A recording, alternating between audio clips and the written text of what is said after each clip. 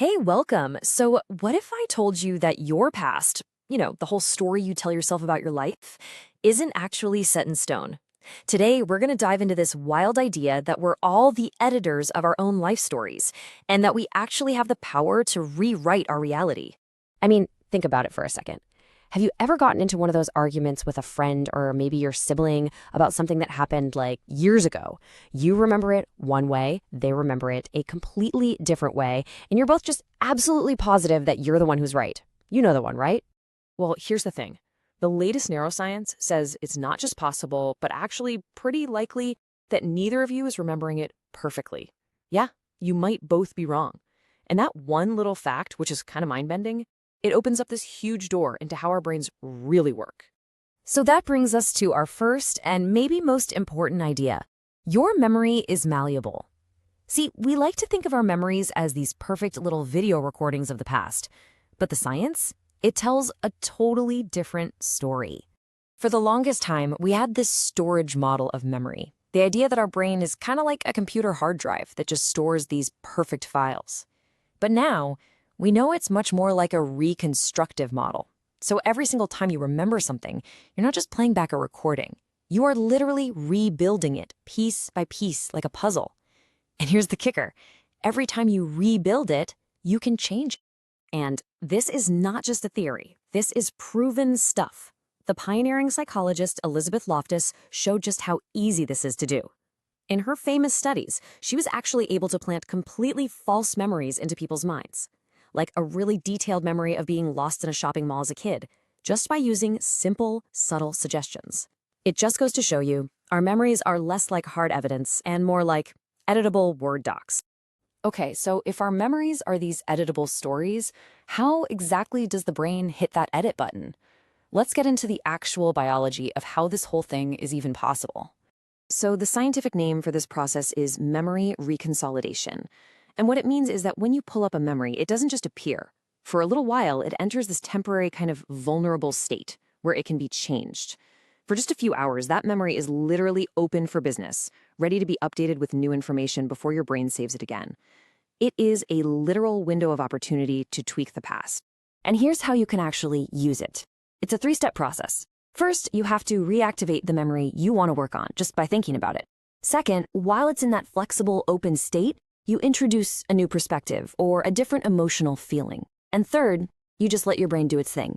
You allow that memory to reconsolidate, to resave itself, but this time with that new update attached to it.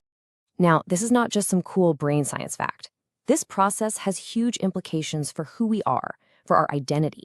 It really gets to the core of this idea that we are the stories we tell ourselves. I absolutely love this quote. It just nails the idea, right? You are not your memories. You are the storyteller stitching them into a coherent tale. We're not just these passive archives of stuff that's happened to us. No, we are the active storytellers, constantly weaving everything together to create the story of who we are. Psychologists have a name for this. They call it our narrative identity. See, our brain is a pattern-seeking machine. It wants things to make sense, so it picks and chooses which memories to put a spotlight on and which ones to kind of push into the background, all to make sure it fits the main plot of our life's movie, the plot of me. Whether you see yourself as the hero or the victim or the survivor, it all comes down to which memories you've cast in the starring role. And this is where it gets really personal for all of us. So many of our deepest, most limiting beliefs come from this exact process. Things like, I'm not good enough, or I'm unlovable, or people always leave. Sound familiar? These aren't objective facts about the world.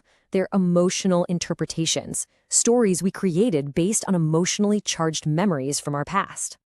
All right, so we get the science, we get the psychology. Now for the really important part. How do we actually do this? Let's look at some of the real practical tools we can use to start rewriting our own reality. And the good news is there's a whole range of tools. On one hand, you got clinical approaches guided by professionals, like EMDR and CBT, which are incredible for working through bigger traumas. But on the other hand, you have really powerful self-directed practices, things like journaling or visualization that you can do all on your own to work on those everyday limiting beliefs. The point here is that you've got options. This kind of transformation is accessible to everyone. So let's just take EMDR as a quick example. It's a type of therapy that uses things like eye movements to help the brain access and reprocess a traumatic memory.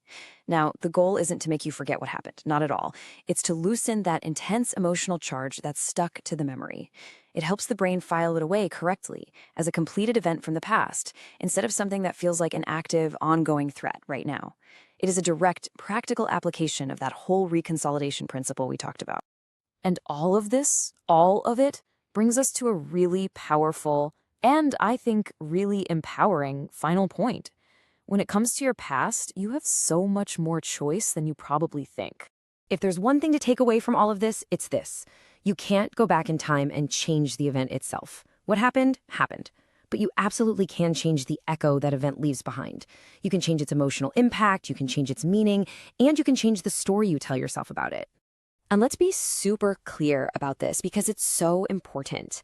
Real feeling, real growth, it doesn't come from pretending the past didn't happen or from trying to erase it. It's about mastering the meaning we give to it.